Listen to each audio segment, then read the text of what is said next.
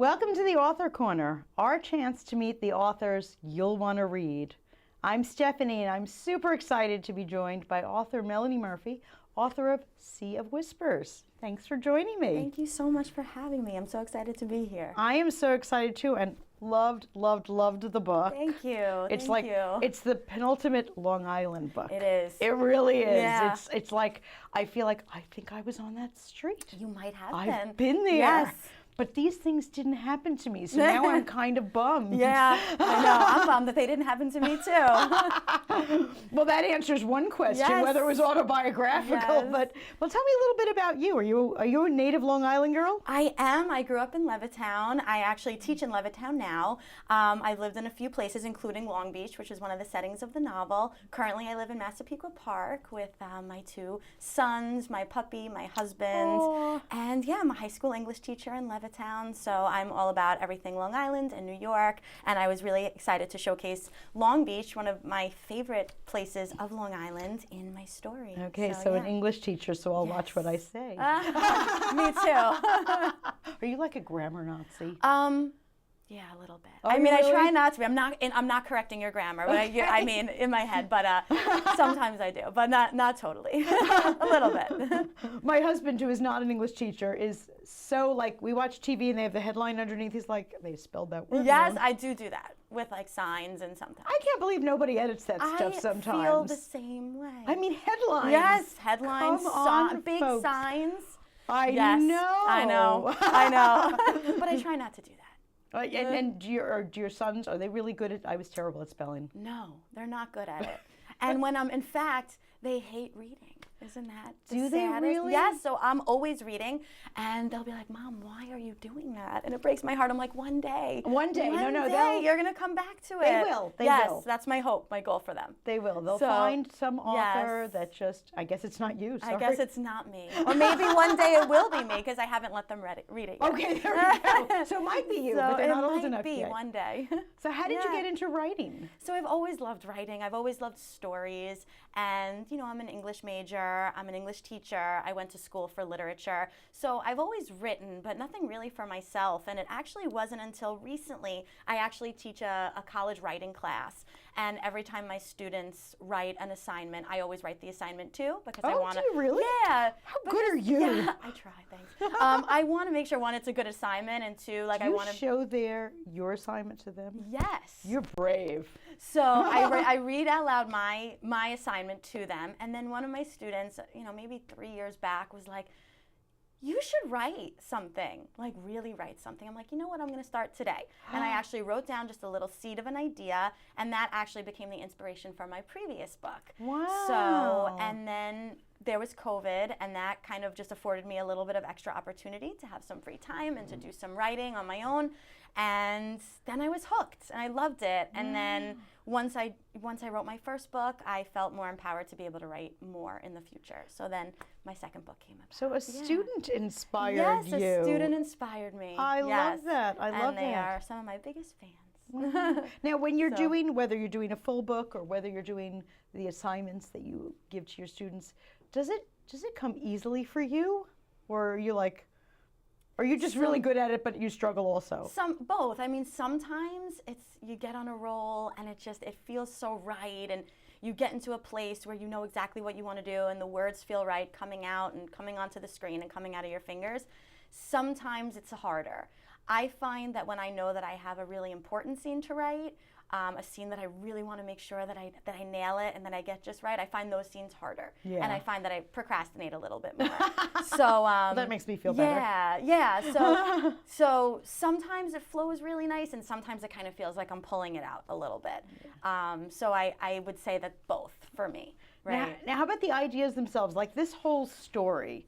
Did you have this entire story? I mean, it's a wild story. Yeah. Did you like literally, I don't know, wake up from a dream and have the entire story in your head, or did you just have like the beginning, like, oh, I'd like to have something about a girl who has a connection to the sea, and it just kind of came? Like, how does that come? So again, and I don't want to give away the story. No, it's different for different things that I'm writing. Okay. This book actually started as two separate stories. It started as a Mia, and then it started as a Claire. Okay. And then I wasn't really getting anywhere. You didn't know that Mia and Claire were going to be in the same book? In the beginning, I did not. There were two separate documents. Oh, wow. Right? I had my kidnapping Interesting. story, and then I had my water girl on two separate documents. And then at some point, I was like, wait a second.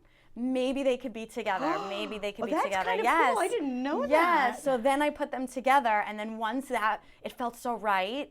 And then once I saw it in my head that these stories were going to intertwine in some way, that's when the stories became together, and then the narrative perspective kind of flip-flops between Mia and Claire throughout the story. So once I was able to kind of marry those two ideas, I was able to really kind of, it just felt right. And I was why didn't I think of that at first? That's so cool. And then to answer your question, so once I got those stories together, it kind of clicked, and the story started to just kind of flow pretty easily. I didn't necessarily know all of the nuances of the story, or even necessarily where it would end up, or how it would all kind of get, kind of resolved. So you were like, let's say, 5 chapters in, 10 chapters in, and you didn't know how it was going to end?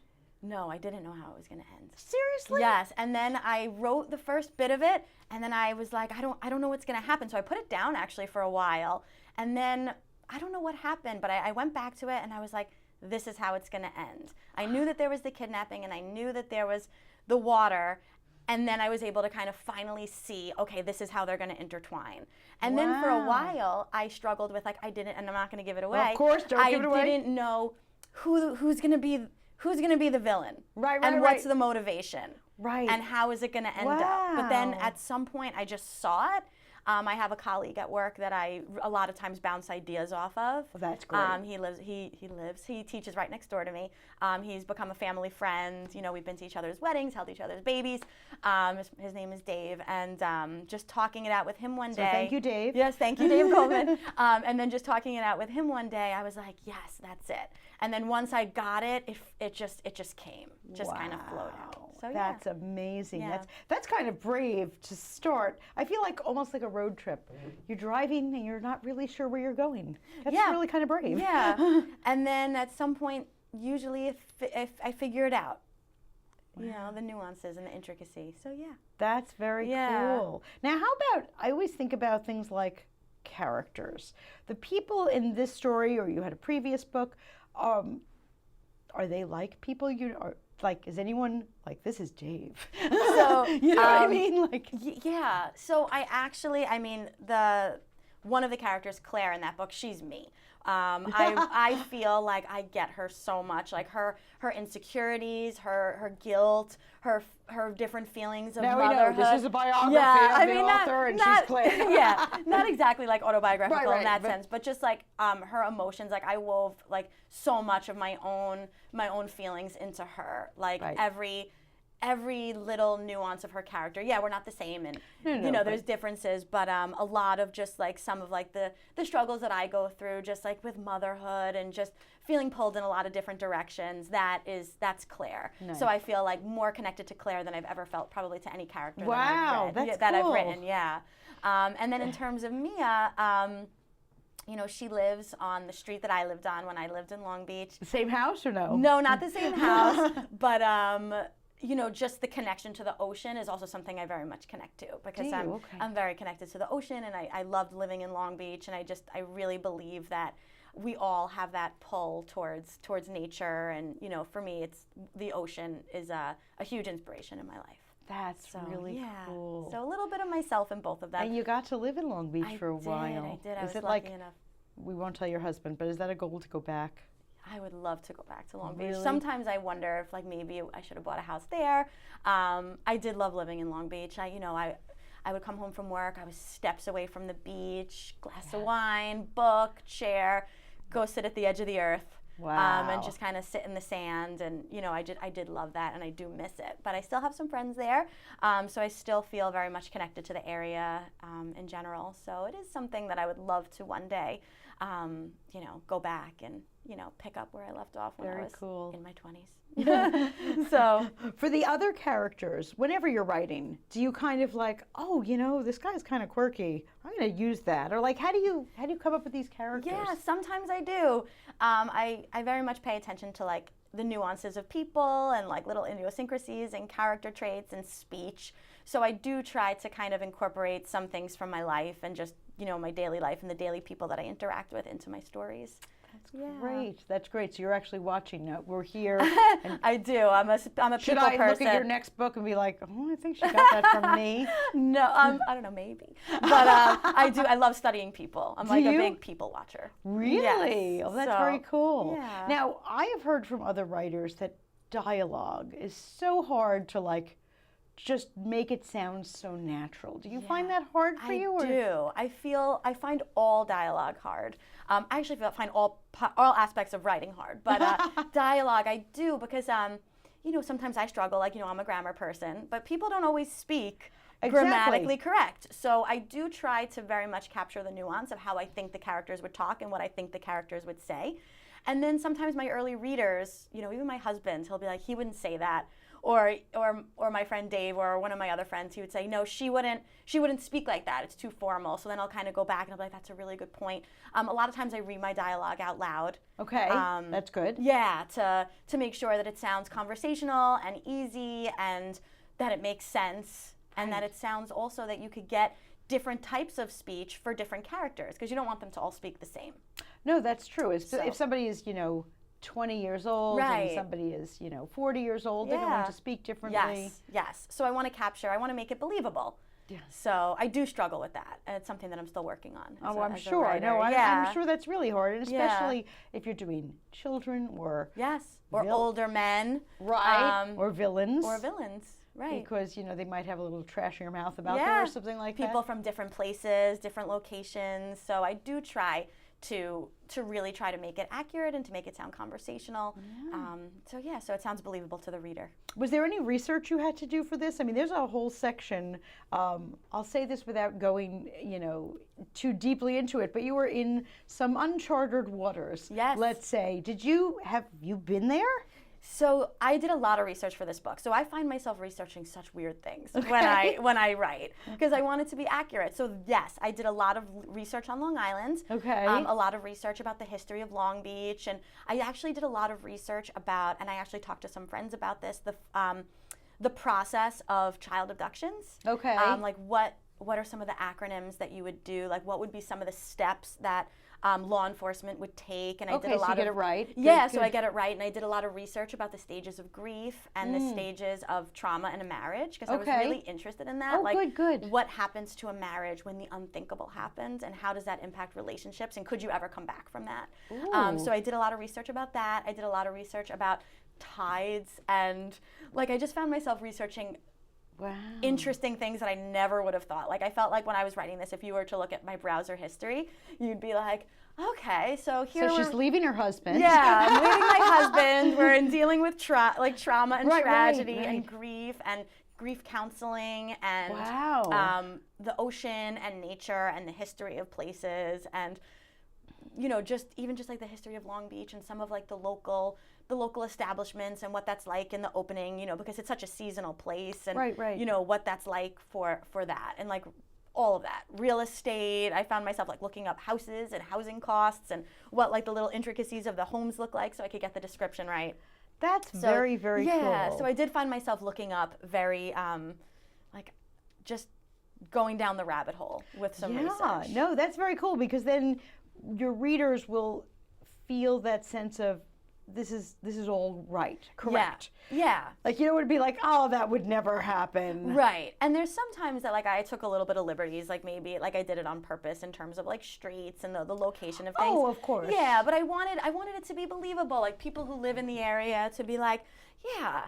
Like, I was really excited for, like, Long Beach readers and people who are familiar with the area to find, like, the little Easter eggs and to be like, oh, I've eaten there before, and, yeah, she got that right, and that's what it looks like there. Like, I wanted it to feel real, feel neighborhoody in a way, because that's what I love when I read. I love to feel the authenticity of something, that, like, the author really, like, tried to kind of get it right. Yeah, so I get wanted that. To do that for my I guess readers. you're not a superstitious person, are you? You know what? I am a very superstitious really? So person. you're telling me about what you researched, and I'd be like, I'd be afraid to look that up because Like, I'm afraid to say, wow, there's no traffic today, because instantly there's going to be traffic. So I do that. I am actually very superstitious. Like, I feel like actually I'm more superstitious as I'm getting older. Like, I do weird things. Okay. Like I make wishes at 11:11, and Okay. I, you know, like that I'm kind all of thing. about it. But like, So, you were yeah. describing what you researched, and I'm like, I'd be afraid that if I researched, It would like come true. Yeah. Like fate. I'm like, Yeah. Well, now I might be. oh God. I'm kidding. But no, I do. But I actually not in that way. I You're guess. braver than I am. Yeah. Then that you were like, Yeah. you know, Okay, well, how I- this breaks up a marriage. I'd be afraid my husband would be like, Yeah. I've been having thoughts about our marriage. Yeah. No, I I didn't have any thoughts like that. Oh, good for you. Yeah. See, now I put them in your mind. Yeah.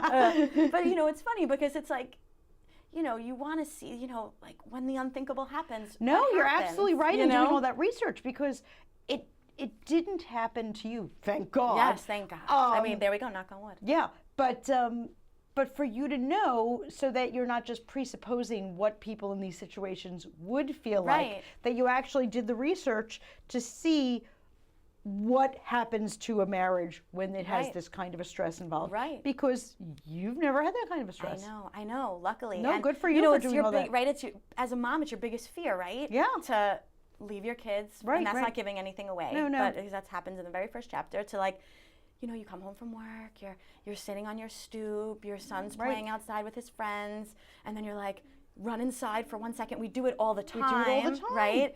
Until you read your book. you never do that right, again. and then you never do that again. But like the idea of like, that's every mother's greatest is. fear. It is. It right? absolutely And is. then to bear that guilt that, gosh, I went inside for 2 seconds. Right, right. And then And look what happens. It's funny. I've heard other writers talk about research, and they're talking about, like you said, the history of Long Beach. But I'm so impressed that you're talking about researching the effects of this on a marriage. Right. Because that's so specific and so important. Right, and I guess for every marriage it would be different, right? Sometimes tragedy brings people together, but I would also But most of the time it doesn't. Right, because it's hard to not let the blame seep through. Right. Which I was really interested in. So a lot of people will be like, I hate her husband. I know, I felt that way. And I'm like, well, I never felt that way. Like, did you really? No, I I hated him. don't. I guess I don't blame anyone for their own. Even there's another character who people hated in that book, one of the friends. Right. And I'm like, I just never felt that way because I felt like. Oh yeah, I hated her too. Yeah, and a lot of people they'll say like, oh my gosh, I hated her, she was awful. But I guess I just never blamed her because who's to say? Yeah, who's to say she's Right. going through things herself? Right, like how people react to trauma, how people react to. So you didn't hate anybody in your book? No, I didn't. Good for you. Well, I mean, I hated the villains. I mean, yeah. But I hope so. Yeah, but no, I didn't hate the Those husband, other people, and I okay. didn't hate the friend. You- because I understood, because I don't know how I would be feeling if that Yeah, happened no, I to get me. that. And I you get know, that. I think that like it's human nature to place blame and Yeah. all of that. Oh my So, gosh. yeah. So you learned a lot. I did. I learned a lot about things that I never wanted to learn about. Oh my gosh. So yeah. But it was good. It was now that's good. an interesting statement, that you learned a lot about things you never wanted to learn about. Right. Does a statement like that influence your next book? Like, are you going to pick something that you do want to learn about? Or No, is it too no. late? You've already I think picked it's something too late. terrible? It's too late. But no, I want to write what's honest, and I want to write what's real and what feels real and relatable. So I think sometimes there's some ugliness and there's some darkness, and I think that I'm interested in exploring that, like in terms of like how that impacts human nature and just life in general. Wow. So yeah. You look so happy. Yet. I am very Yet happy. you write. Yet I write dark things. Yeah, I know. People, some people. Were people surprised? Yeah. I'm surprised that this is what I wrote. Yeah, because like meeting you. Yeah. And I mean, we're not talking like, horrific slasher No, novel here it's or not anything like like that. that. But it is absolutely, a psychodrama, dark. Yeah. There's definite darkness. Definite darkness. There's definite darkness. And people who meet you and then they come to a book signing and they're like, they Yeah. take your book home and then they read, they're like, Melanie. Yeah. Like, should you see someone? Well, it's You know, actually like- funny you say that because my first book that we're going to be re-releasing at some point, there's a really awful mother. Oh, okay. And my mom read it, and God. she was like, she's like, this wasn't inspired by me, right? I can imagine. I was like, no, absolutely not. Like, I had the most loving mother. But, you know, it's funny. So sometimes people are surprised, like, how did you get this idea, and why are you writing about this? Exactly. I guess, I don't know, maybe my mind just goes there no, there's sometimes. people that I meet, I'm like, and is I this do, what you're thinking about? And I do, like, that's also what I love to read about. Even though that's it? weird, I don't tend to read like the light romantic comedy fluffy stuff. Like, I read dark stuff. Do you really? Yes, even though people wouldn't necessarily think that, like looking at me, talking to me. Yeah. But yeah. I'm so glad you said that, because people have a tendency to pigeonhole other people. And they just presume that dark people read dark stuff, and that if you met them, they'd be dark. And you're so not that. Yeah, and I think that's true with most people. Like, I think that just because you like dark things, it doesn't mean that you are.